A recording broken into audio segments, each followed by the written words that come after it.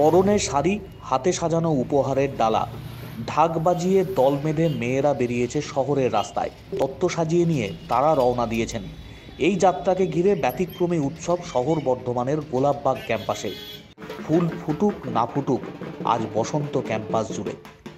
সরস্বতী পুজোর পরের দিন গোটা রাজ্যের মধ্যে একমাত্র বর্ধমান বিশ্ববিদ্যালয়ের আবাসনের আবাসিকদের মধ্যে চলে এই উপহার আদান প্রদান অনুষ্ঠান, যাকে অনেকেই বলেন তত্ত্ব বিনিময়। রঙিন কাগজে মোড়া নানা সামগ্রীর আড়ালে হয়তো ভালোবাসার আদান প্রদান বাসন্তিকার আরাধনা পর্বে।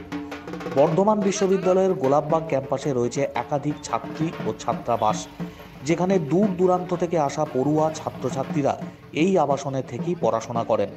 সারা বছর কঠোর নিয়মানুবর্তিতার মধ্যেই থাকতে হয় এই সমস্ত ছাত্রাবাসগুলিতে। ছাত্রী আবাসনে ছাত্রদের প্রবেশে যেমন নিষেধাজ্ঞা রয়েছে, তেমনি ছাত্রাবাসেও ছাত্রীদের প্রবেশে নিষেধাজ্ঞা রয়েছে বছরভর। মার্কেট শিখুন এখন বর্ধমান আপনার শহরে ওয়েলথ প্লাস ট্রেডিং একাডেমি। এখানে শেখানো হবে option trading, equity trading, invest, swing trading ইত্যাদি ইত্যাদি। বিস্তারিত জানতে নিচে দেওয়া নাম্বারে কল করুন। কিন্তু সরস্বতী পুজোর দিনগুলোতে বাঁধন ছাড়া এই সময় কোনো নিয়মের বেড়াজাল থাকে না বিশ্ববিদ্যালয় কর্তৃপক্ষের।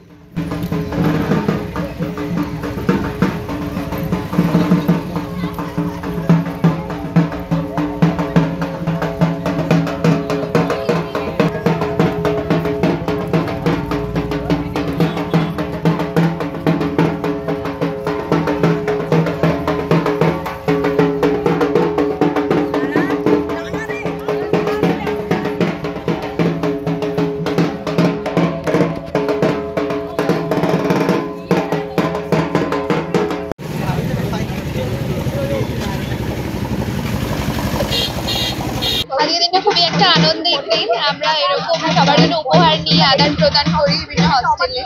তো খুব সুন্দর একটা সময় আজকের দিনটা আমাদের। আজকের দিনটা তো খুবই ভালো করে কাটাচ্ছি, কারণ প্রত্যেকটা হোস্টেলের যে তথ্য আদান প্রদান, প্রত্যেকের মধ্যে যে একটা সুসম্পর্ক বজায় রয়েছে, সেটাই আমরা তুলে ধরার চেষ্টা করি এই তথ্য বিনিময়ের মধ্য দিয়ে। তবে আজকে এই তথ্য বিনিময় প্রথমে মেয়েদের হোস্টেলে হয়েছে, ছেলেদের হোস্টেলের মধ্যে এই তথ্যের আদান প্রদান করছি। দিনটা তো ঘোরাঘুরি করে কাটিয়েছি, আর আজকে প্রথা মেনে আমরা বয়েজ হোস্টেলগুলোতে যাব তথ্য আদান প্রদান করতে। তো আশা করছি ভীষণ মজা করে হই হুল্লোড় করে দিনটাকে কাটাতে পারবো। তো এই যে পারস্পরিক এই ভালোবাসার আদান প্রদান, এই যে স্নেহ প্রীতির আদান প্রদান, এটা তো অবশ্যই মনে দাগ রেখে যাওয়ার মতো। আজকে ছেলেদের হোস্টেল যাচ্ছি, আমরা তত্ত্ব দেবো ওদেরকে, বন্ধুদের সাথে আড্ডা দিয়ে তত্ত্ব দেওয়া নেওয়া করেই কাটাবো সারাদিন।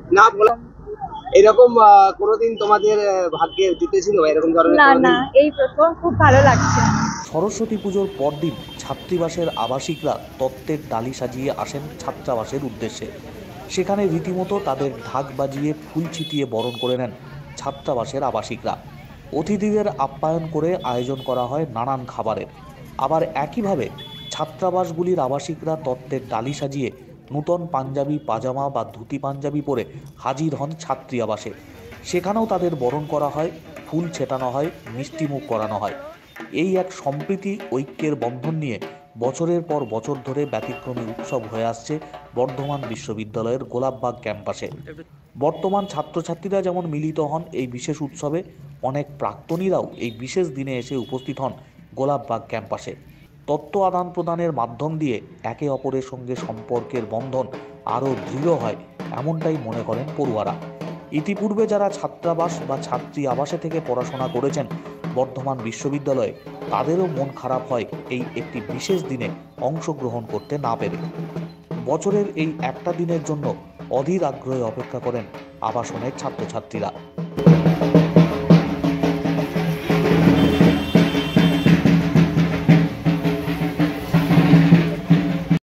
আজকের দিনটা আমাদের সকাল থেকেই খুব খাটখাটনি গেছে। এরপর একটু আমরা এই মানবন্ধনের দিকে যাব, আমরা একটু এগোবো। প্রথমে বয়েজ হোস্টেল, তারপর গার্লস হোস্টেল। আমাদের যেটা রেওয়াজ সেটা আমরা করব, আর সাথে সাথে সবকিছুই হবে। সেটা আছি আর কি। এই সিস্টেমটা খুবই, হ্যাঁ, এটা আর কোথাও নেই, শুধু বর্ধমান ইউনিভার্সিটি চত্বরে এটা হয়। এমনকি যারা আবাসনে থাকেন না, তারাও এসে মিলিত হন এই বিশেষ অনুষ্ঠান পর্বে। উপহার আদান প্রদানের মাধ্যম দিয়েই বসন্ত আসে প্রতি বছর গোলাপবাগে।